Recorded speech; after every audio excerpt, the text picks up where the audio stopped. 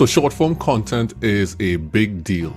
Every major social media platform allows for it, and in some cases prefers it. But what is the best way to use short form video?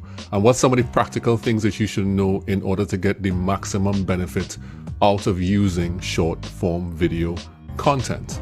Today in our lesson, we're going to answer those questions and explore some other practical things that you should know in order to get the most benefit out of using short form video content.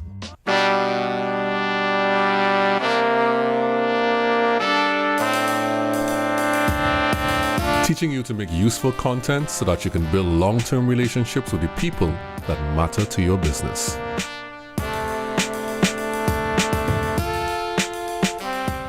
Hello and welcome to the Useful Content Podcast. I am your host, 𝗿𝗲𝗬𝗿𝗲𝗀, and today we have a new teacher in the Useful Content classroom, Alex Minor. How's it going? We're going well, Alex. We are by no means strangers. You were on my previous version of the show, and that went really well. So now you're back. So Alex, tell us a bit about who you are and your journey to creating useful content. Well, I live in the infamous state of Florida in the United States, and I run a company called I Am Media. We're a video marketing and podcasting agency. And the way that I got here is kind of a long, winding road, but suffice it to say, I've been a lifelong creator.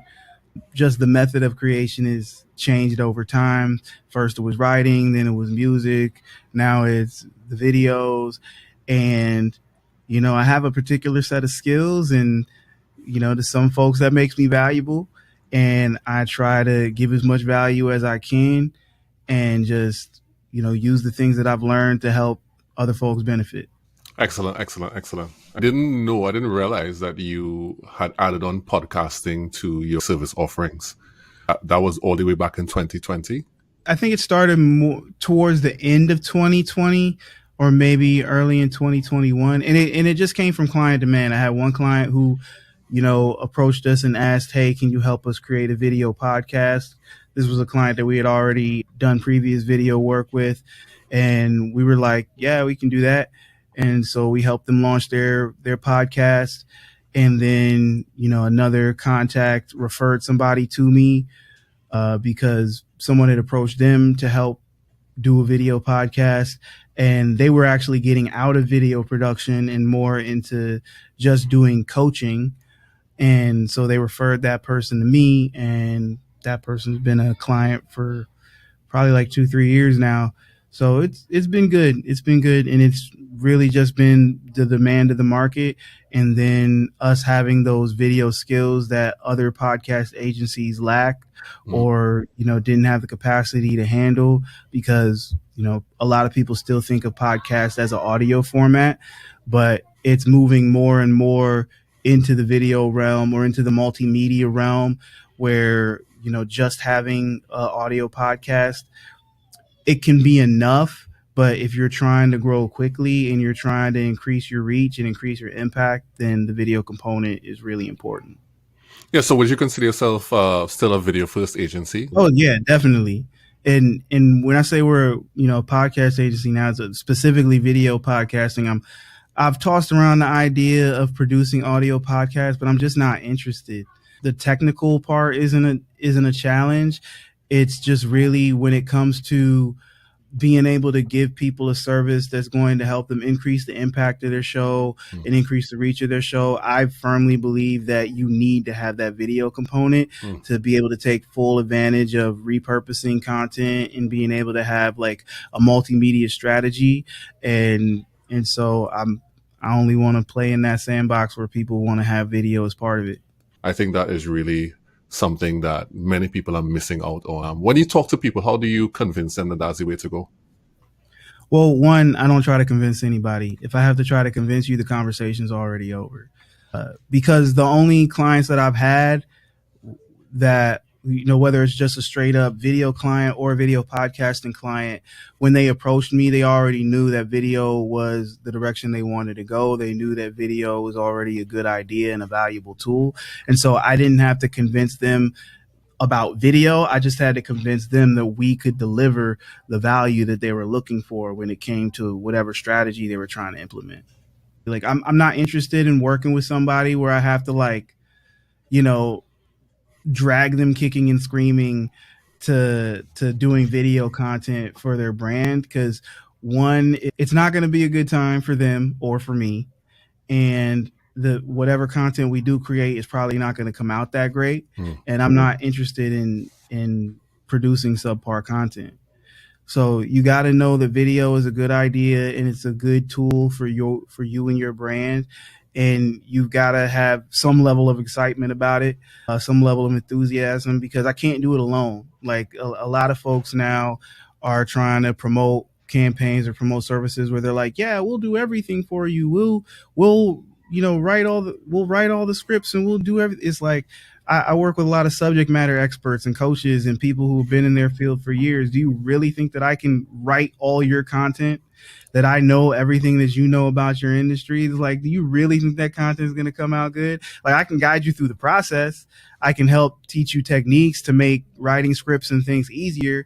But I mean, if you're a doctor, I'm not a doctor. Do you think I can really come up with the content and the scripts that a doctor needs to say to convey a good message about whatever aspect of medicine they're talking about? No, I don't have that knowledge.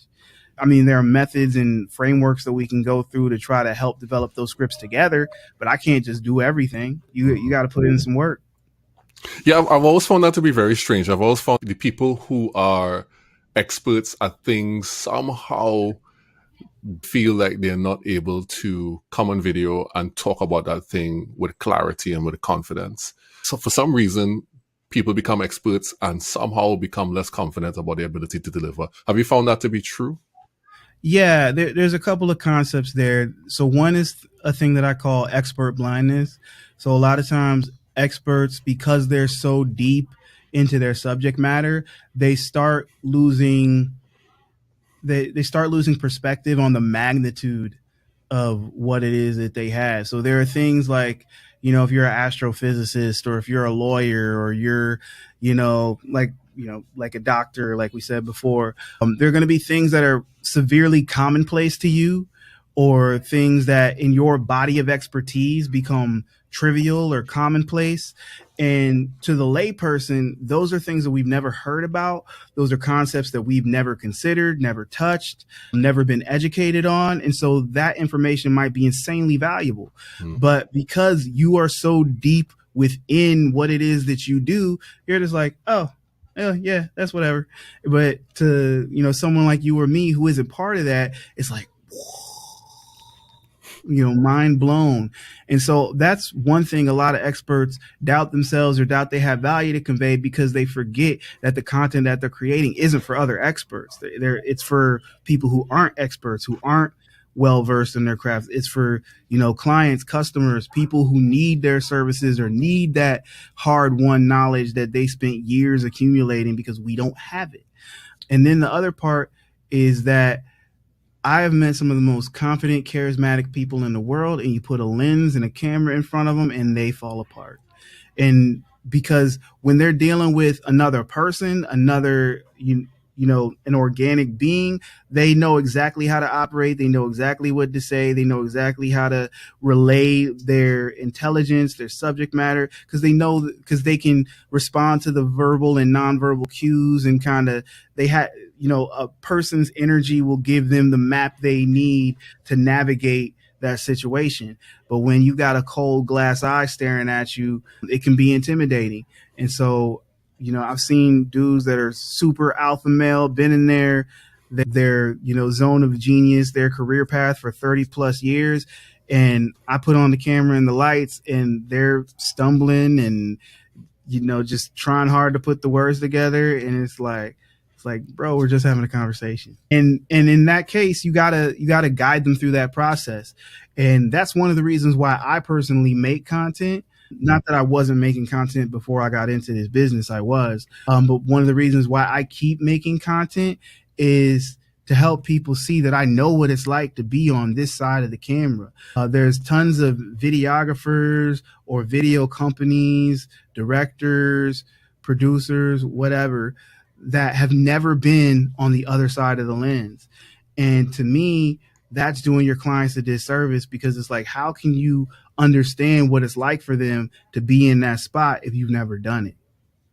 Yeah, I agree with that so much. I think anyone who produces content for someone else should produce content for themselves. It helps you not just stay fresh, but it helps you understand the kind of challenges that come along with doing that, or what is up with being in front of the camera, what is up with the scheduling, what is up with the actually thinking of ideas and scripting and putting the whole thing together. So you get a first-hand understanding of the type of challenges that will come along with that. And I agree with you 100% on that. Great salvo, great opening salvo. Let's get into some of the details of what we want to teach the people today, our students in the Useful Content Classroom.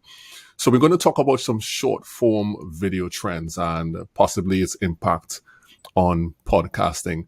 And one of the things that you believe is that short form video is the most accessible and most impactful form of social media marketing available today. Why do you believe that? Why is that true? I mean, just look at the proliferation of it, man. Like, TikTok became a thing. And it even goes back before TikTok. It really goes back to like Snapchat and Vine, where just these really short videos made this big splash in the form of entertainment, and it's just grown, like, because we've seen multiple platforms grow and prosper, come and go because of this. Like I said, first it was probably Vine and Snapchat, and then TikTok became a thing. And now, because TikTok became so dominant, now everybody's trying to copy what they're doing. Instagram added the stories and the reels. Facebook added the reels. YouTube added YouTube Shorts. And there's so much traffic that is generated by this short form content across these different platforms. And it's really allowing people a unique opportunity to grow audiences in a way that you never could before.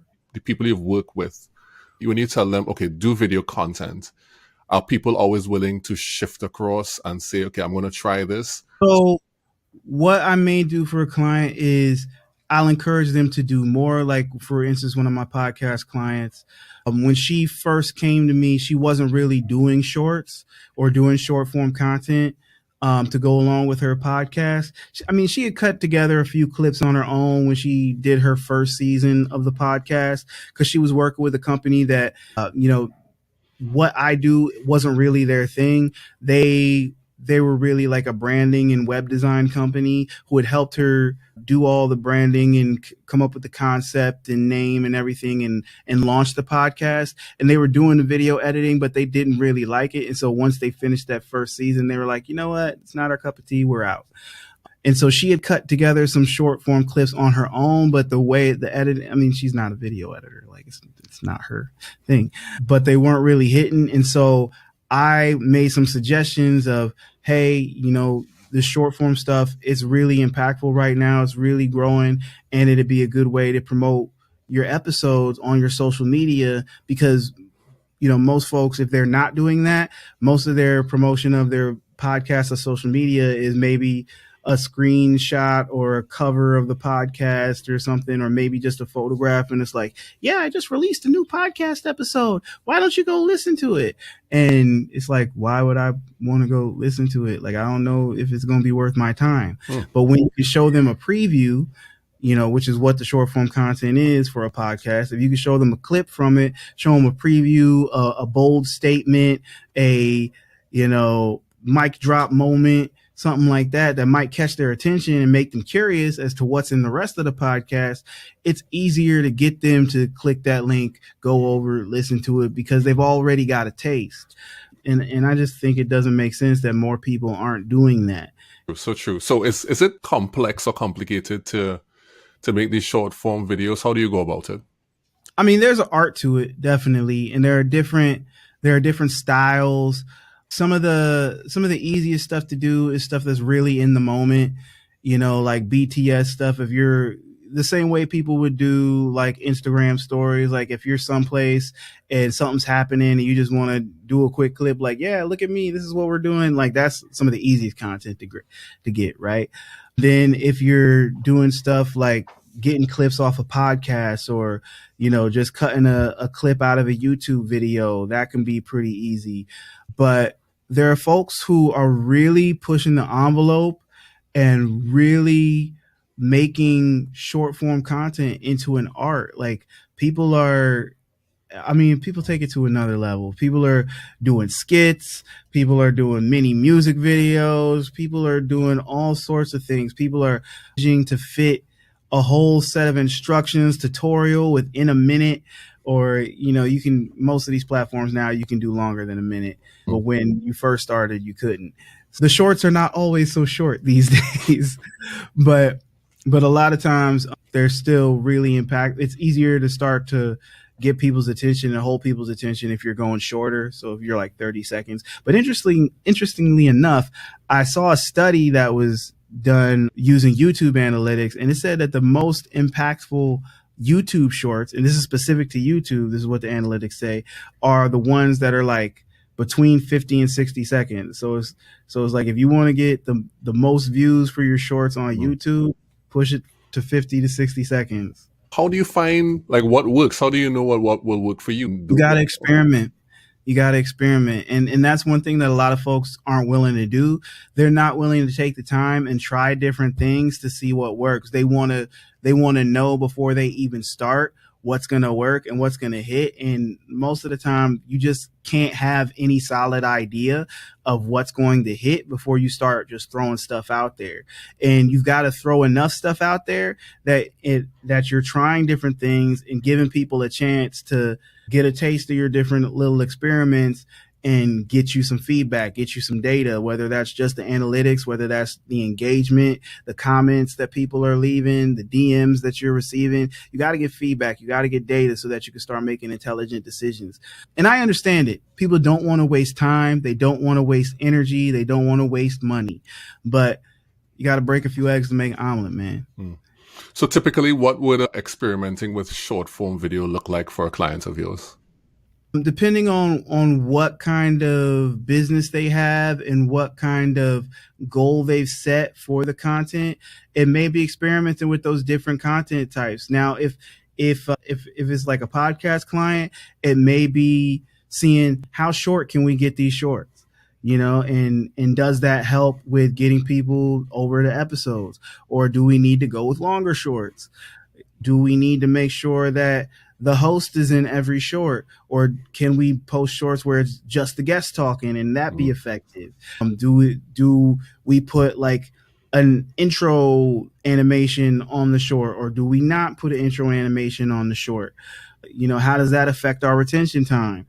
You know, those sorts of things. Because I've seen trends when I look at the analytics for different clients where those things matter. You know, like if you have an animation on it and you do that for several shorts, but you see in the retention time that as soon as the animation is done and people start seeing what's going on, they're leaving. It's like, oh, okay, we need to get right into the meat of it and try to give them more time to digest the content and latch on to something.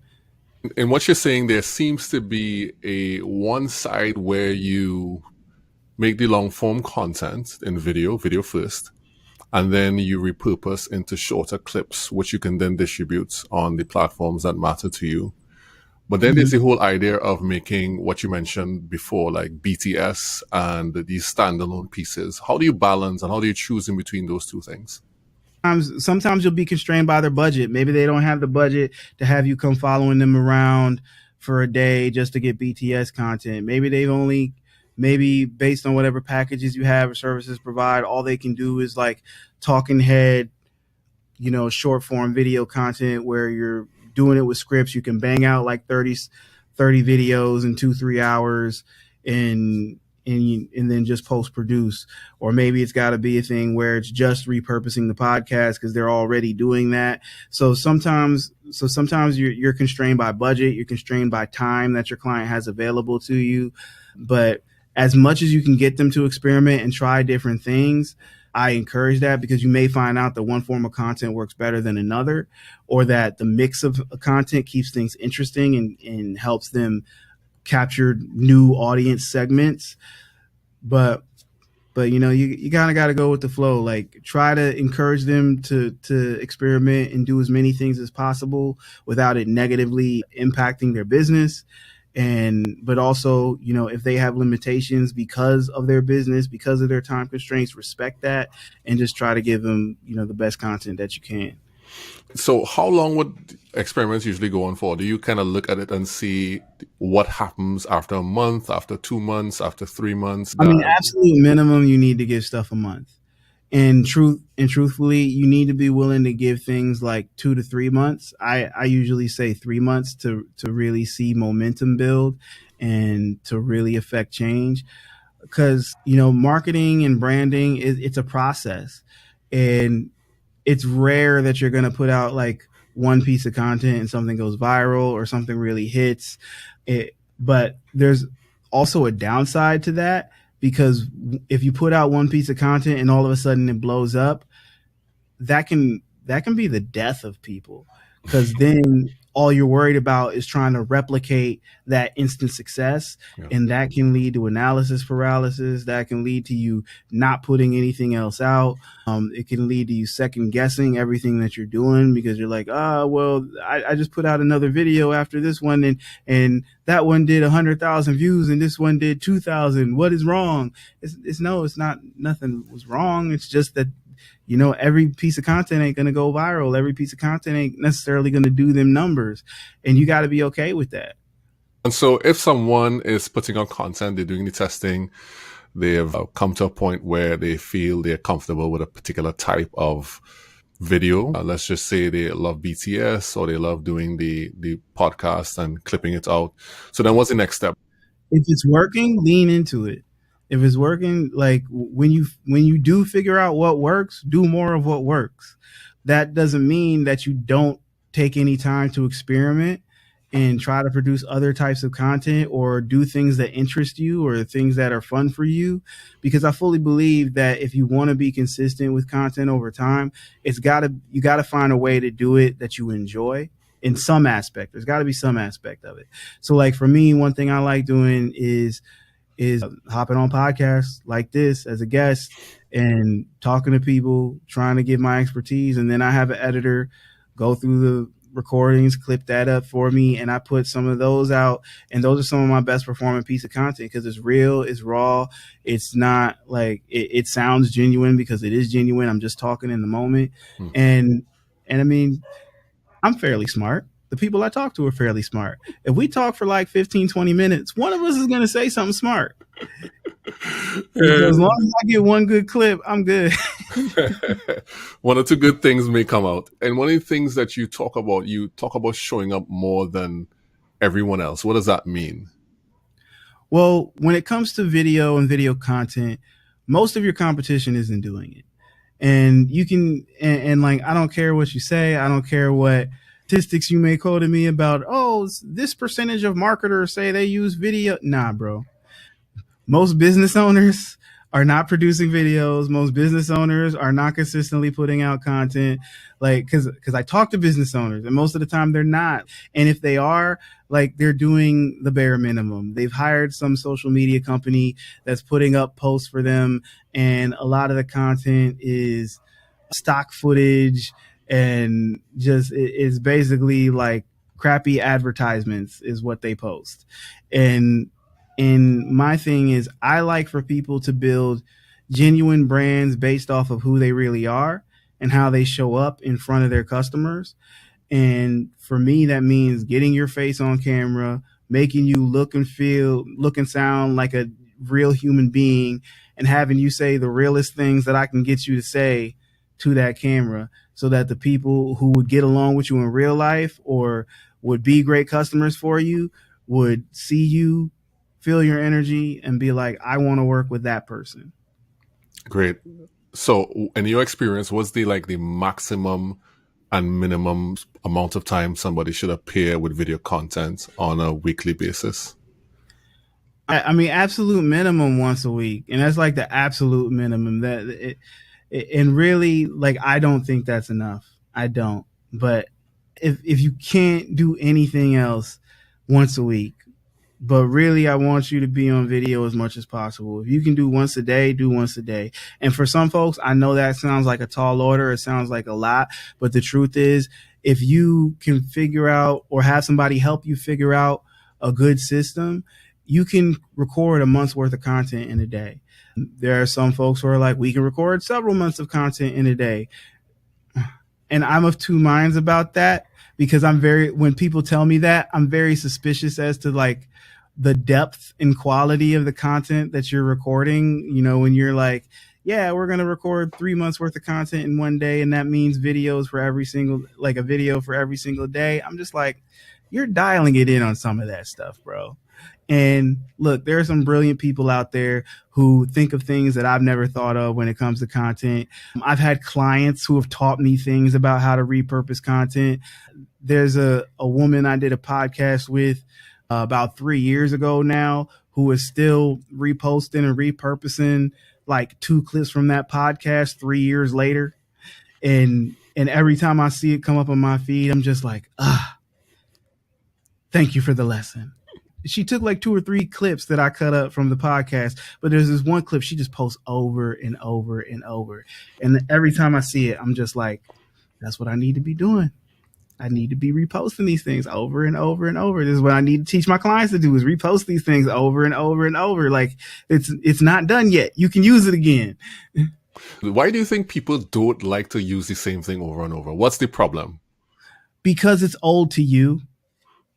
It's because it's old to you. Cause like, and I'll give you an anecdote. So like I have you brought it up a little bit earlier. I have a history as a rapper and entertainer.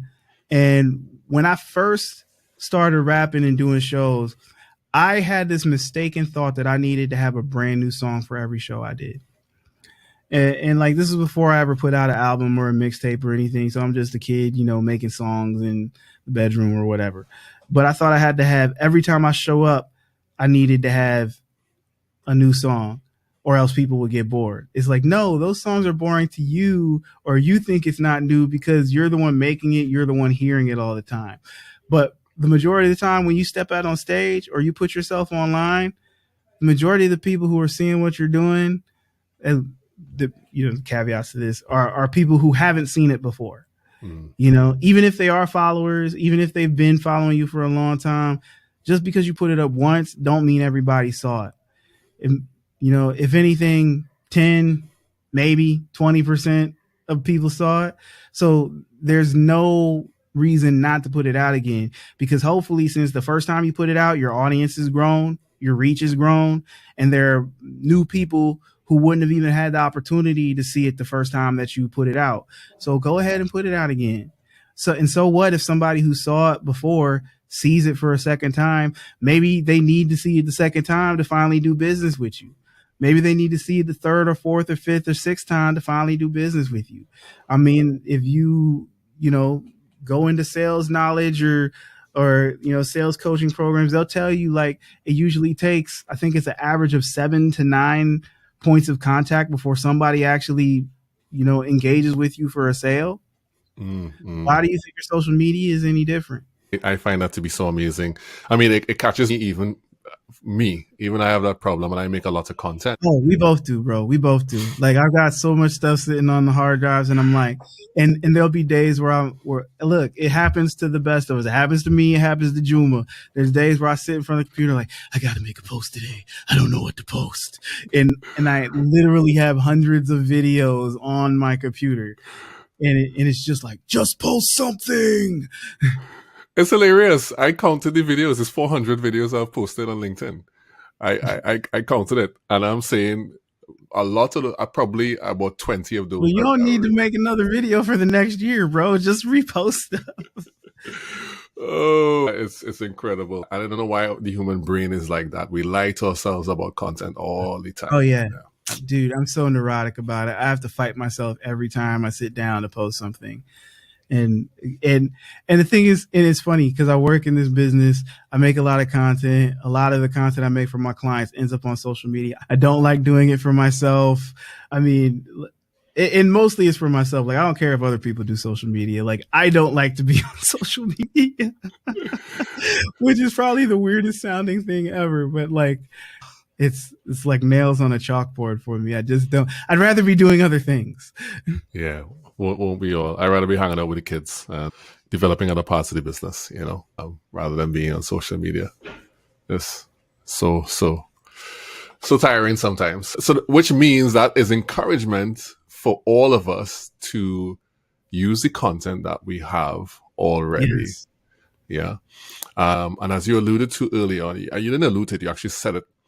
One of the best ways to do that is do a long form, say, video podcast. And then you find the clips that are relevant. Now, this is the last thing we're going to ask, and the most practical thing, I think, for people. So, many people have podcasts. Mm-hmm. Many people have video podcasts. What is the most effective way to structure your podcast in order to get the most out of the short form clips? One thing that and this is something that I've been brainstorming on for a while, and something that I want to encourage more folks to do when they create their podcast is like really build out your podcast, especially if you're going to do a solo podcast. Build out segments.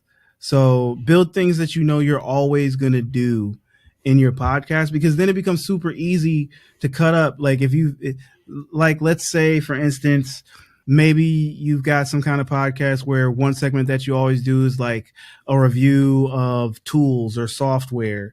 And it could be like something that takes you 2 minutes to speak about. Oh, this tool of the week is such and such. Well, it's super easy to now cut a tool of the week clip. Or if you do interviews, if you always have certain types of questions that you ask, or maybe you do a rapid fire question round that you always build into your interviews. Well, now you're always going to have rapid fire questions, that those should be easy to cut up. So you can build out your podcast and structure in a way that there are going to be parts where you always know you'll at least be able to get 1 or 2 clips out of this thing. Or if there's a certain kind of question that always is really thought provoking and provides thoughtful answers from your guests. And sometimes these are things that you have to learn over time. But if you build these things into the structure of your podcast, and especially, if you prep your guests and let them know that you're going to be doing these sorts of things ahead of time, they can come prepared to have great answers for those things. And so that it's more likely you're going to be able to get good short form content out of it.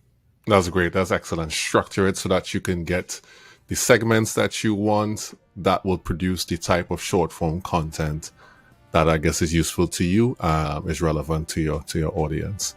That's excellent stuff, Alex. Great. So, Alex, thanks so much for sharing with us about short form content. Where can the people find you online? The easiest place to find me is on LinkedIn. I do plan on becoming a regular presence there. I've been kind of scarce lately because I've been just life is lifing, and been busy with the kids, been busy with the business, but I'm definitely trying to make my way back into the LinkedIn streets. Hopefully by the end of this year, you'll find me to be a regular presence on YouTube, because I need to get my channel back popping. And, just search for Alex Miner. I think I'm probably the most active Alex Miner on the planet, except I think there might be a pretty well-known athlete, like track and field guy. But other than that, I think I'm the best Alex Miner there is. And you should be too. Actually, Google that guy. I found him today. I didn't know he existed. I mean, he's gaining on you, so you need to be more active on YouTube. Yes, I do. Yeah. All right. So thanks so much, Alex, for being in the Useful Content Classroom and for teaching our students about short form video. Bye, everyone, and thanks for being here in the classroom. Useful Content Classroom, dismissed. Do you have a school bell go off after you say that? I don't know. The Useful Content Podcast is brought to you and produced by Relate Studios. You can see the work we do on our website at relatestudios.com. If you like what you've heard on the podcast today, please follow and come back in 2 weeks for another great episode. And if you want to get more useful content in between that, you can follow me, 𝗿𝗲𝗬𝗿𝗲𝗀, on LinkedIn and on Twitter. We all know it's still Twitter. See you soon in the Useful Content Classroom.